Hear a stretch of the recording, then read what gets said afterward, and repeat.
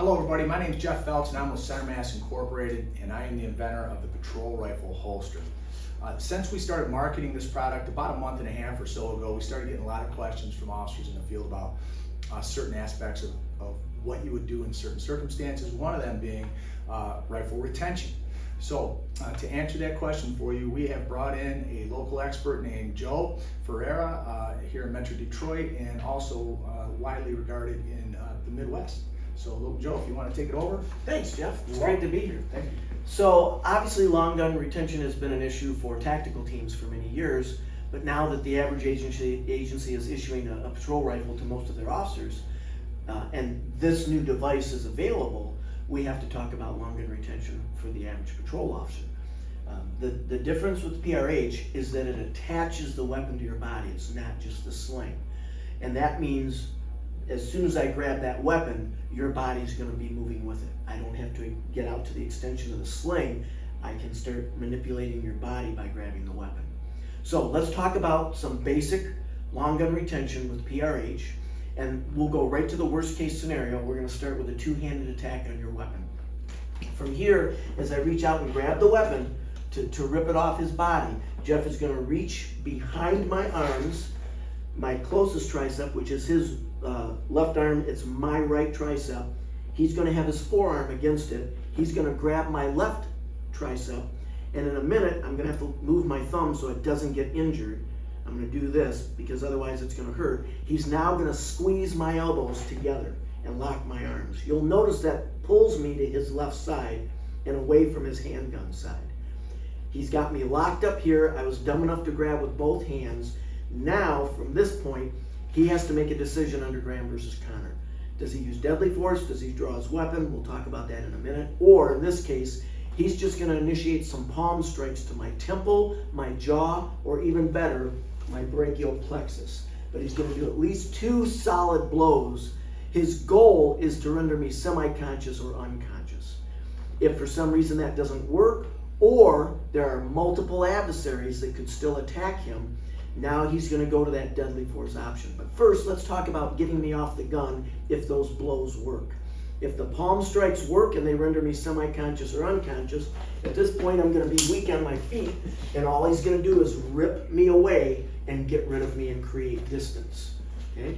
If those blows don't work, or in a circumstance or situation where he has multiple adversaries, there's not a lot of choice here.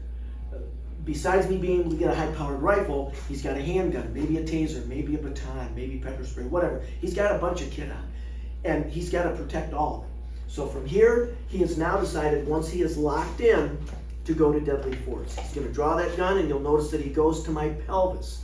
You might say, nope, I'm going right to the head. The problem with that is we're face-to-face, and if he puts that muzzle up in front of my face, he's going to receive 1, a lot of concussion, and 2, a lot of blowback. There could be body parts, there could be bone matter coming back into his face. Not the best idea. So after he engages that pelvis, puts a couple of rounds in me, once again, the arms that are locked in, as I start to weaken, he rips my arm away from the long gun and disengages and engages the other threats, if those threats exist. Right? So that's the basics of a two-handed attack. Let's look at now a single hand attack on the weapon. And it could be my right hand or my left hand. Most people on the planet are right-handed. It's their dominant arm. On a good day, they'll grab with their dominant arm. Why do I say a good day? That leaves their offhand or their weak hand to attack us.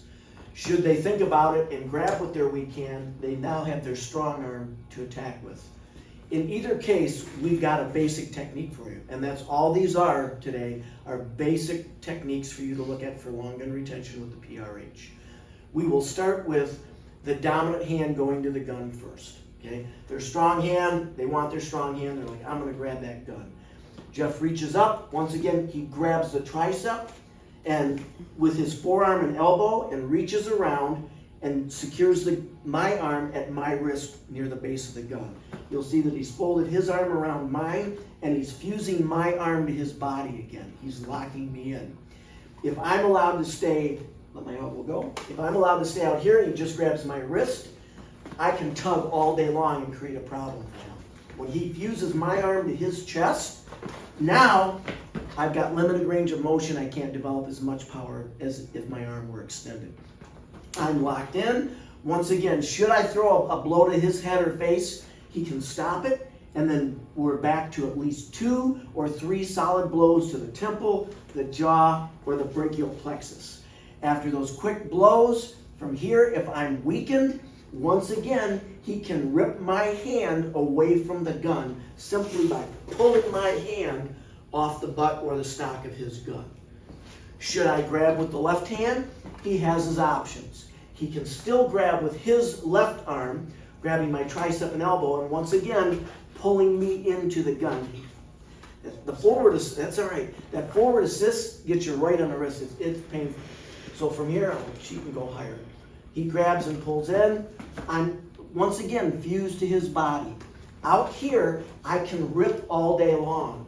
Once he folds my arm in and pulls me in, it changes the dynamics of the confrontation. This hand is free to hit him, but his hand should be hitting me already. Again, the temple, the jaw, the brachial plexus, 2 quick blows to the head neck area. 1, 2, and then from here, he simply, as I'm weakened, he rips my elbow and arm away from the gun and creates distance. Right? In either circumstance, with a one-handed attack, should he decide to, he could go to his handgun. A warning about that. If I grab with my right hand and he locks in, and he draws his handgun, I can now engage him, and this isn't a good situation to be in. I can steer him away from shooting me. If my hand comes over the top and the back of that slide, after that first round, that gun's not going to cycle, and you're not going to fire more rounds until you tap it and rack it and you're ready to go. On the opposite side, if I grab with my left hand and he locks in, now I can't get to that gun and he can engage if he needs to. This changes the dynamics. So those are considerations when you're training with your PRH and you're talking about a one-handed attack.